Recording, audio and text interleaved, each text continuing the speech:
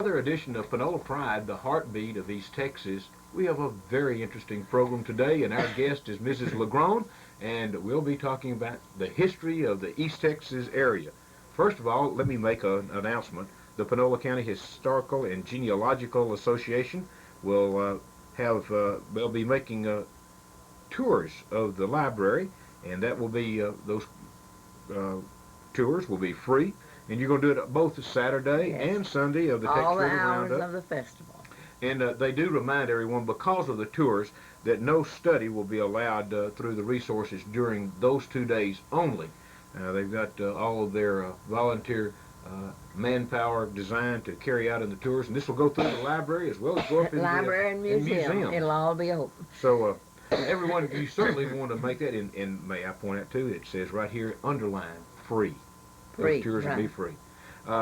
If you haven't had a chance to go up and see the museum, I encourage you to do so. It's quite neat and quite nice. It is nice. And good morning. Good morning. 14 years.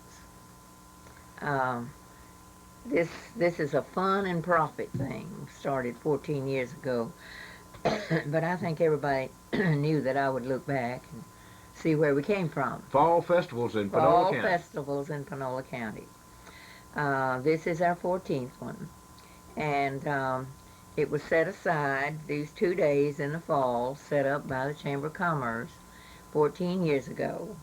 And I have gone back and looked over those 14 years and have been personally involved in every one of them but one, and attended that one as a guest like everybody else. I seem to have a little huskiness this You have morning. my problem. I think mine's got away. Evidently. I have attended, as I said, every one of them. And I recall when the Chamber of Commerce came up with the idea of having a fall festival in Panola County, they called for a contest to name it. Mm-hmm. And I don't know how many names came in, but the one that the Chamber chose as the winner was by Frances Robinson, Miss Lewis Robinson, and that was Potlach. This was a surprise to everybody because this was a word not very well known by most of us, not in our vocabularies really. But she had done a little study on words that meant festival and celebration, and this was an Indian word for festival or celebration. Well, everybody was real pleased when it was chosen because that made them realize that Panola is the name of our county, and that's an Indian word for cotton. So potlatch would be the suitable, helpful aid to carrying out the idea that Indians preceded us here.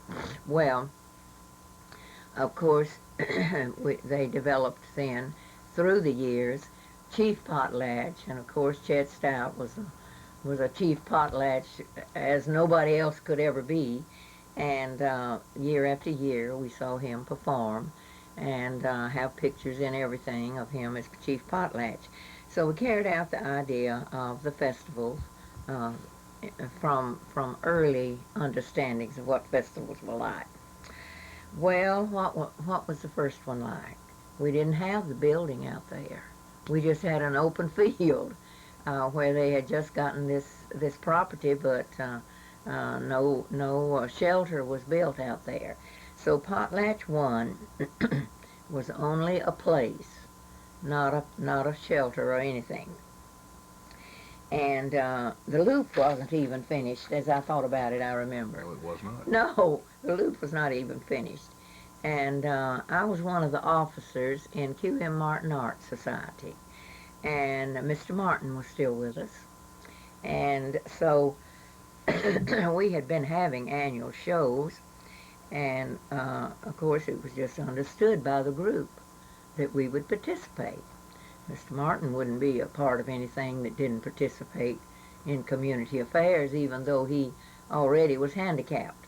Okay, we borrowed from, in order to protect our paintings, we borrowed from Hawthorne's funeral home a tarpaulin and set up and got our space reserved and set that up and we had a good show under that big tarpaulin.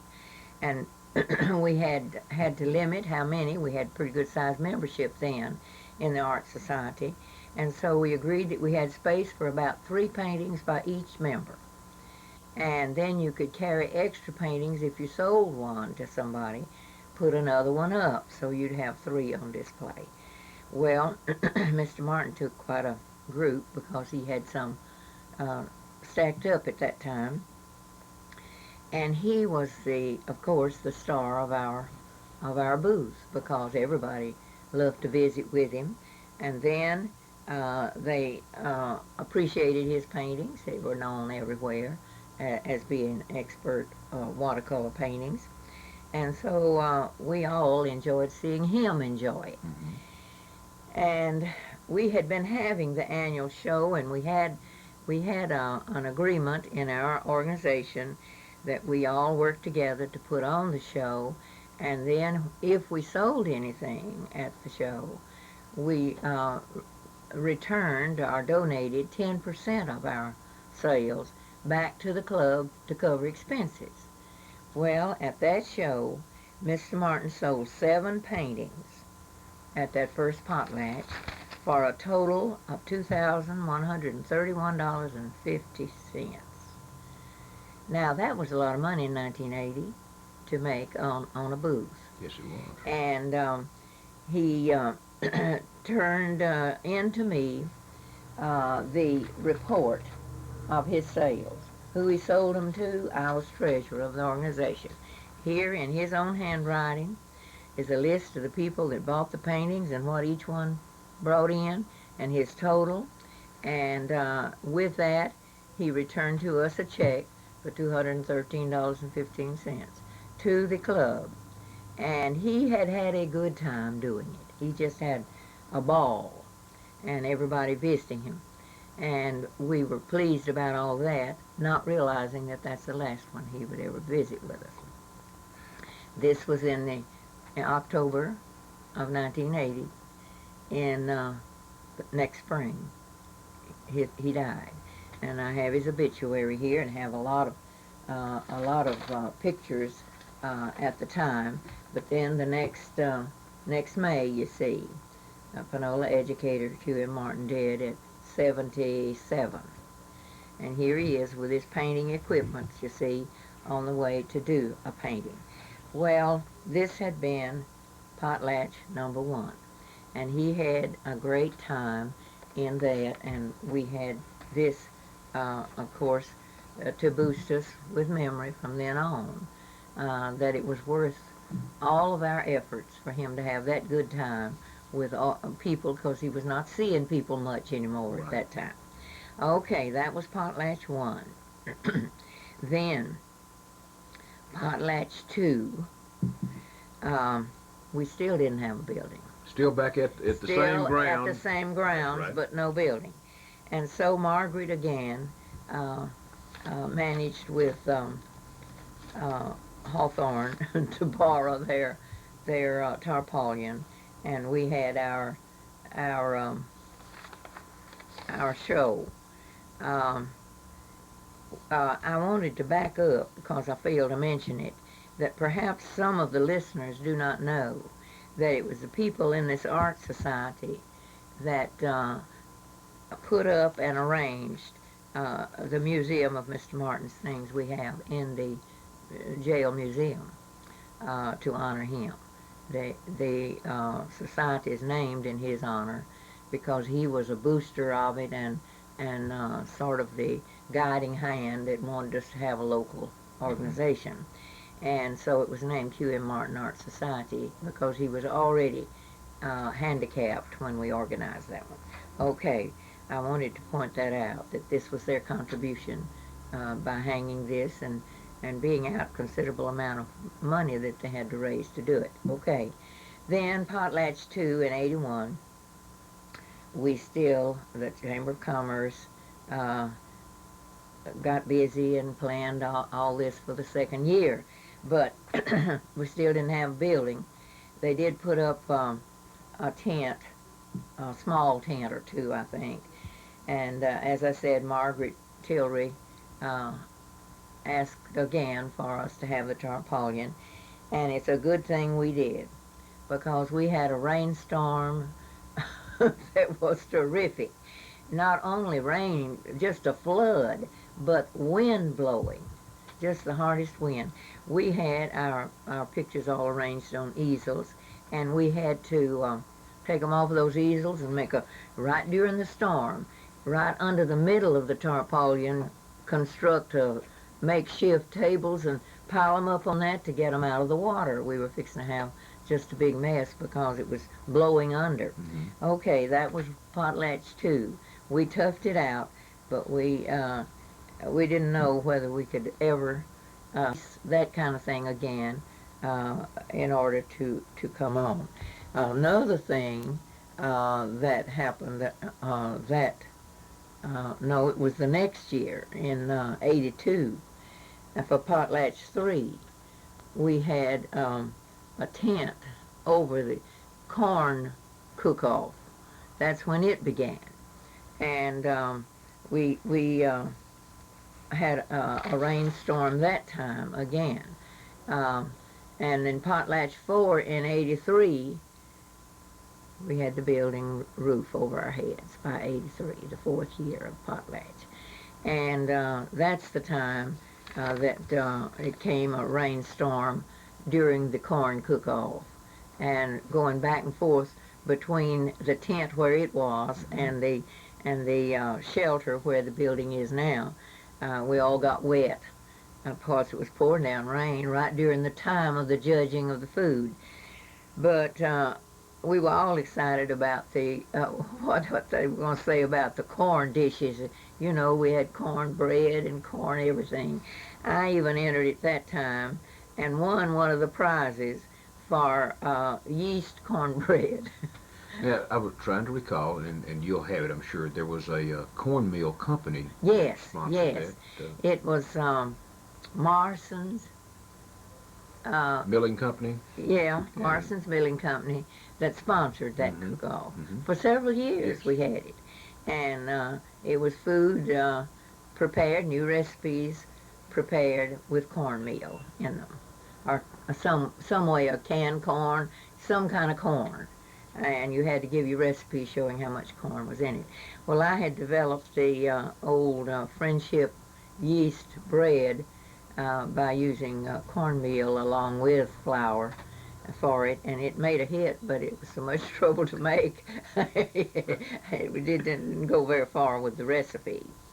All right, that was Potlatch 4 in '83. Now, Potlatch 5 in '84.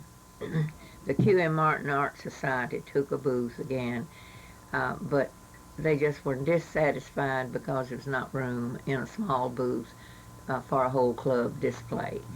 So Margaret and I started that year, paying for an extra booth just for the two of us to support the chamber because it was a big thing they were doing every year, and we thought they ought to have the support of all of us. So she and I just paid for one together, and from then on had our own booth, and it became sort of a homecoming thing. Many students that were away come back, and they'd stop and visit, and old-time friends would stop, hers and mine would stop and visit. Margaret's talent is line drawings, quick sketches of children mainly, well, everything, but children especially. And so that had children around us. So I dabbled with paint all day to show how it was done, and I would let children take my brush and dabble. And so we had kids around us all the time. And this was fun, too. And they'd make a big mess, and I'd clean up my canvas and let the next one try it. And they thought they were just having the best time in the world because little kids want to get a hold of a brush, you know. Well, now, if somebody's joining us, we're referring to Margaret Tillery. Margaret Tillery, yes, Margaret Tillery. May have joined us in the middle of the program. Right. So. Well, Margaret Tillery is everybody's friend, certainly is mine. And we, from that time on, had a partnership booth as long as we were physically able to put it up and take it down. But when it came the time that we just couldn't do it by ourselves, we had to back a little. Well, that was in '84 that we started that. So for 6 years, from '85 through '90, we had the booth together. And she uh, and I were partners and loved each other and enjoyed each other. And we, as I said, enjoyed visiting folks. And so the chairman of the arts and crafts would arrange so that we'd be facing the children's part of the building so that they could find us. And this made it nice for people to come by. They didn't have any trouble finding where we were. And she was always sketching children, and I was letting them dabble with paint, so we had a constant situation of visitation. And by 1990, we'd both reached the physical stage that we just couldn't put it up and take it down. There's a lot of work to it, and we couldn't do it by ourselves, and we had to have help. And we thought that was not a worthwhile thing to do, because we never had done much more than get back the cost of the booth. We weren't trying to make money. We were just trying to support the drive every year. And so we announced in 1990 that this would have to be our last one, that we just have to back from that. So some things happened that year that were real interesting. During the festival, our booth was visited by the TV crew from London, England, that was doing the documentary on Jim Reeves. Mm-hmm. And they interviewed me about Jim's early life. Well, Margaret was thrilled about that, and I'll show you some pictures in a minute. One thing about Margaret, she had busy fingers, and if there weren't any children around, she's sketching something else. And I have a series of sketches that she made of me while what I was doing, you know, and even she sketched those guys that were interviewing me there while they were doing so at that day. And she says, oh, we're outstanding personalities. We have a TV crew taking us in. Anyway, this was an interesting thing. Then another interesting thing that happened that year, actually it had happened the year before. Mr. Roth, who has had a booth a number of years at the, this is his etching of the old jail. He had discovered in '89 that we had just started restoring it. And he had these prints for sale. And they were buying them as fast as he could get them ready. And he did them in black and white, and then some of them he sketched in color. Well, my nephew, Jeffrey Jones, saw them, and he just knew I had to have one, and he bought this one for me, not knowing that the man was going to give us the original, give me the original, when he was through with it. But Jeffrey brought me this one, and it was stretch sealed, so it was protected, and we've had it and enjoyed it ever since. And this is one that he went back and colored in after he did the black and white print. Now, Mr. Roth is an outstanding architectural artist, and he had done all of the historical buildings around here. He sold a bunch of pictures that year, just had a real profitable time in '89. He gave me, after Jeff had already given me this, he gave me the original black and white that he had done with pen and ink, and says this will make you a good foundation for printed note stationery, and you're going to want some. Mm-hmm. And I want you to have it. Okay, I was thrilled to death to get his signature on it and the date and right. Everything, '89. That was the year we started the restoration of the jail. Okay, just before the festival ended that year, he came back to me and said, I've got to ask a favor of you. I have even sold all my copies. I'm going to have to borrow that back and make me some copies. I can't let it all go. I'll let you have the original, but I want to make some copies from it. and we were packing up to leave, you see. He says, I'll mail it back to you. Well, of course, I couldn't do anything but say, okay, it's yours. And so we packed up and came, everybody went his own way. And I never heard a word from him all year until 90, when we went back for the final time. And he came to me the first thing and brought it framed. Now, we have it hanging in the jail building. And we are doing stationery with that on it now. Outstanding. And this is the original sketch made by him there at the jail building. So unusual things happen, and this will be a treasure always for us because it is the original sketch. And we're running out of time, so let me show you some of these things. I've shown you that one, and I've shown you this of Mr. Martin. But here's our booth. See, Margaret and I were together. Here she is. All the displays of all the paintings. See, she had one side and I had the other. Year after year now, for 6 years we did this. And here is the time that the men were here doing the interview. This was the camera crew from England. This was the camera crew, and she, let's see, I have, here's her sketch of the camera crew. If we can see that. I'm I don't step think up you to can. the camera and see if I can help get a She shot was of it. drawing that while they were questioning me. I believe we have that. And Margaret was interested in what was going on. And these other things I have here are sketches she made of me while we were in the booth, and she'd have a few minutes free, and her pencil was going. And of course we know that Margaret has a part in everything this year because she has recently won the sign contest. Slogan contest for a sign. Carthage, Texas. Yes. Doors open. Come on in. Yes. So I'm back. I was out that 1 year and went out and visited in 91. By 92, we had gotten books together, printed enough that we had our own booth of historical fact last year. This year, we're participating by having the whole jail building open for free tours, and we have whatever publications we have are there for sale for anybody that wants them. You have cookbooks and history books and guides to the historical markers in the county, and we have postcards of the old jail and so on. So y'all come. Everybody. We're opening the door. As Margaret says, doors open. Come on in. There you go. And reminding everybody that we're now in the 14th year of the Fall Festival here in Panola County.